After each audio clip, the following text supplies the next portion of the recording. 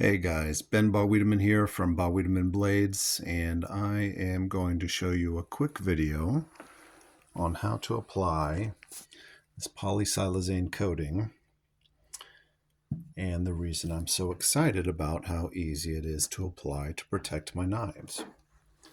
Now I've got some specters here that have been etched for typography, and they have been thoroughly cleaned with acetone and then alcohol. So they are as clean as they are going to get at this stage. So I've got them right now. They are bare steel in what I would call a quicksilver finish. And then I've got a couple of distressed etches down here that I want to get finished out also. So I'm not going to do all the knives in this video, but I'm going to get started on a few and show you how easy this is. All right, let me set you here. Let's see what we can do. There we go. All right, right now, first step, we're going to take the bottle, give it a nice gentle swirl. And then what I like to do, since I do not epoxy my handles, I'm going to open the bottle, just do a quick dip with a Q-tip. Get some silazane coating on there, and then I'm going to put my cap back on. Always put the cap back on. Now, what I'm going to do is I'm going to take the first knife here. This first specter, I'm going to go ahead and just rub inside all of the hardware holes and the thong hole, making sure I thoroughly coat and spin this in. And then I'm going to get a real quick spin on every area that I'm going to have for jimping. That's going to be a little bit difficult to get in with the rag or the wipe that I'm using. Oh, sorry, that's off camera, guys. All right.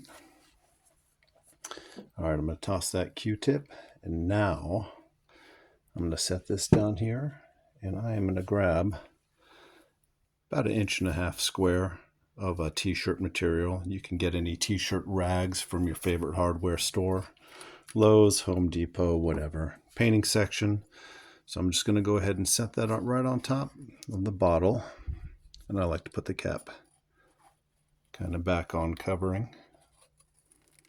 Kind of hard to do here. And then I'm going to turn the bottle over just about a second. Let it thoroughly soak that rag. It is non-viscous, so it is very watery. Put that cap back on. And here, take our first knife.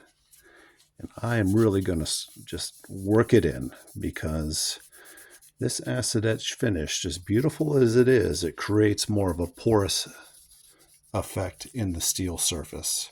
So I want to make sure I'm really rubbing it in. I'm going to do both faces. And you can see how clean it goes on. There is almost, what you're seeing there is just the difference between it being wet and being dry. So I'm going to extend that down to the handle, since I do not do epoxy, so I want to cover 100% of my surface.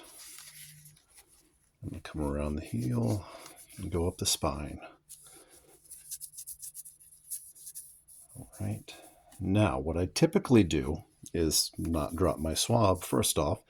What I would typically do now is I would set this down, and then I would go on to the next knife. And you can see the difference. Well, I mean, I guess the important thing is you can't see the difference between the one that's coated and the one that's not. And that's what I really like about this stuff. So what I would do is I would come to this next knife, and I would start wiping with this to get as much use out of it as possible. And I can usually get, with a porous knife, I can get about to the third knife, maybe the fourth, but I really don't want to push it. And then after I get to, maybe the fourth knife, what I would do is I would stop, and then I would re-wet my little 1.5 inch or 1.25 inch towelette here. and then I would come back to the first knife and I would start soaking it again. So the first time I really want to work it into all of what could be in that porous surface or any grind marks or anything like that. And then I'm going to come back for the second time, and then I'm going to reapply a really wet coating, and then I'm going to hang this knife to dry. And it should be dry to the touch within about, a minute. This stuff dries pretty quickly, but I'm going to leave them hang for about 12 hours, and then they are cured to touch. And then what I'm going to do is I'm going to put my edges on, and I'm going to force heat patina a few of these, because it's okay to do that with the coating on. It actually makes it stronger, if you can believe that or not. So I'm going to force heat patina a few of these, and then I'm going to make a part 2 of this video showing you a silazane coated knife with forced heat patina.